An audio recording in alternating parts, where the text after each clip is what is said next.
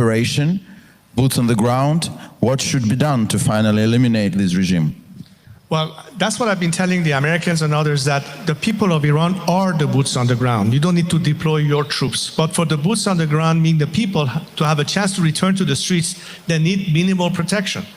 What happened at the time of the conflict was that the air cover, by virtue of the fact that the IDF was targeting not just the infrastructure of the regime, but also protecting some of the citizenry by hitting some of the checkpoints that the regime had elements to fire on the people were targeted.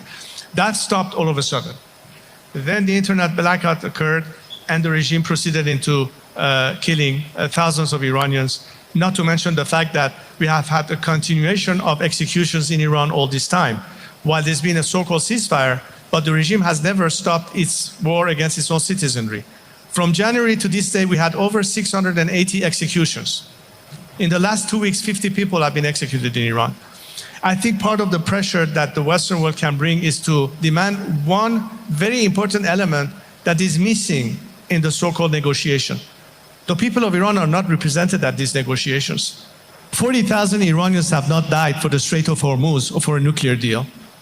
This is where we have to align your policy by saying we have to continue pressure, we have to continue choking the regime for means to be able to finance and fund and pay its mercenaries, because it could also be a result of economic collapse by the regime that will put it to its end, not just only military external pressure.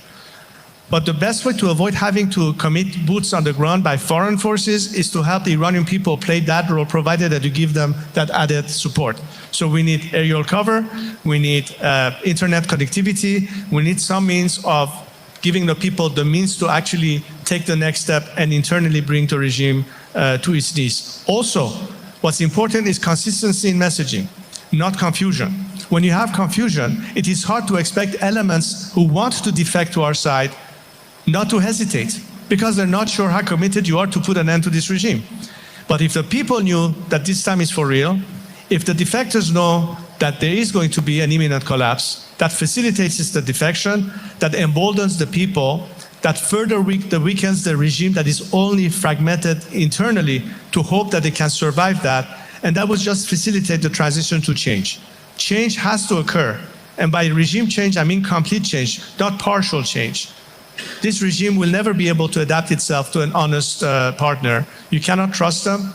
The only thing that you can trust is a people that, once liberated, will be truly committed with the same values and the same ideals that the free world aspires. That's what needs to happen.